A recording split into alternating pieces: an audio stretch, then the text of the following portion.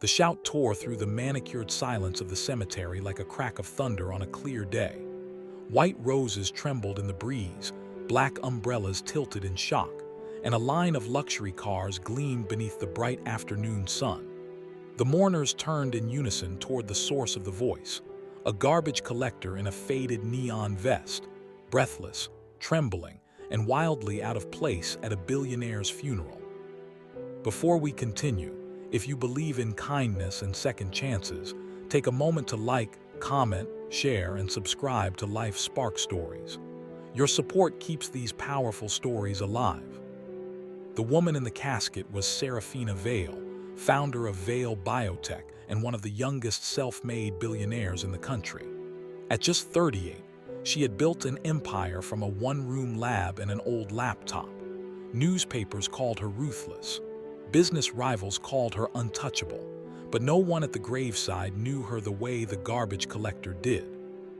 His name was Rowan Keats, 34 years old, lean from years of lifting bins, with sun-browned skin and deep-set hazel eyes that always looked tired yet kind.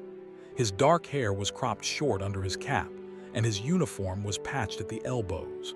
He didn't belong among tailored suits and diamond-studded sunglasses, yet he stood there shaking, clutching a small envelope in his calloused hand. Security guards tried to restrain him, but Rowan pushed forward, his voice cracking as he insisted the woman in that polished mahogany coffin was alive. Gasps rippled through the crowd. Serafina's younger brother, Tristan Vale, pale and stiff in a charcoal suit, glared at Rowan as if he were dirt on the bottom of his shoe. The coffin had been closed after a private viewing. The official cause of death had been a sudden cardiac arrest at her estate 3 days earlier. Everything had been handled swiftly, efficiently, quietly. Too quietly, Rowan thought. He hadn't meant to come. He had been finishing his route that morning, collecting trash outside the gated Vale mansion when he noticed something strange 3 nights ago. He remembered the flashing ambulance lights, but no sirens. He remembered 2 men in suits carrying a stretcher that didn't sag with weight the way it should have. And he remembered something else, something he had kept replaying in his mind. Earlier that week, Serafina had spoken to him. It had been an ordinary Tuesday, sunlight spilling across the pavement. Rowan had been hoisting a bin when the gates opened and Serafina herself stepped out. She wasn't dressed like a billionaire then. She wore a simple cream blouse, navy trousers, and her chestnut hair was tied back in a low ponytail. She had dark circles under her green eyes and she looked afraid. She asked him if he ever felt invisible. Rowan had laughed awkwardly, assuming she was joking, but her gaze had been serious, almost desperate. She handed him an envelope and told him to keep it safe. If anything happened to her, he must open it and tell the truth. Rowan had thought she was speaking metaphorically about business pressure or media scrutiny. He never imagined she meant this. At the funeral, Rowan held up the envelope with shaking hands.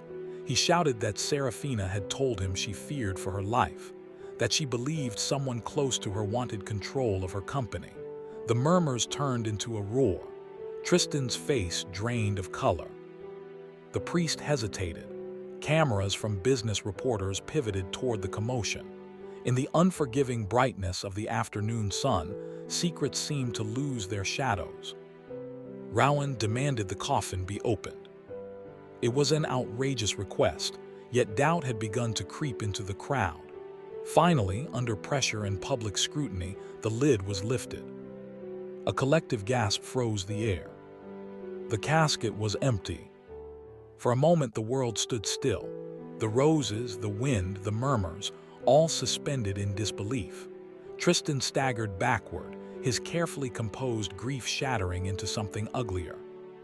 Police sirens wailed in the distance this time, real, loud, undeniable. Within hours, the truth unraveled. Serafina had uncovered financial manipulation within her company's board, millions siphoned quietly, evidence pointing toward her own brother and 2 executives. She had staged her death with the help of a trusted investigator to gather final proof without interference. Only one outsider had known she was afraid enough to confide in, a man she believed had nothing to gain and nothing to lose. Rowan. Late that afternoon, as the chaos settled and authorities led Tristan away in handcuffs, a black sedan rolled slowly back into the cemetery. The door opened, and Serafina stepped out alive. The sunlight caught in her hair as she walked toward Rowan. The exhaustion in her eyes was replaced by something softer, gratitude. She had trusted him not because of status or power, but because in a world obsessed with wealth, he had once returned her diamond bracelet when it slipped into a trash bin without asking for reward. Rowan stood speechless, dust on his boots, tears in his eyes. He hadn't stopped a funeral to be a hero. He had simply believed her. In the weeks that followed, Serafina publicly credited Rowan for saving her life, but he refused the financial reward she offered. Instead, he asked for funding to build community recycling centers in underprivileged neighborhoods. Serafina agreed, investing millions into the project under Rowan's direction. A garbage collector who felt invisible had reminded a billionaire what integrity looked like. And a woman who had built an empire rediscovered the power of trust in the unlikeliest place.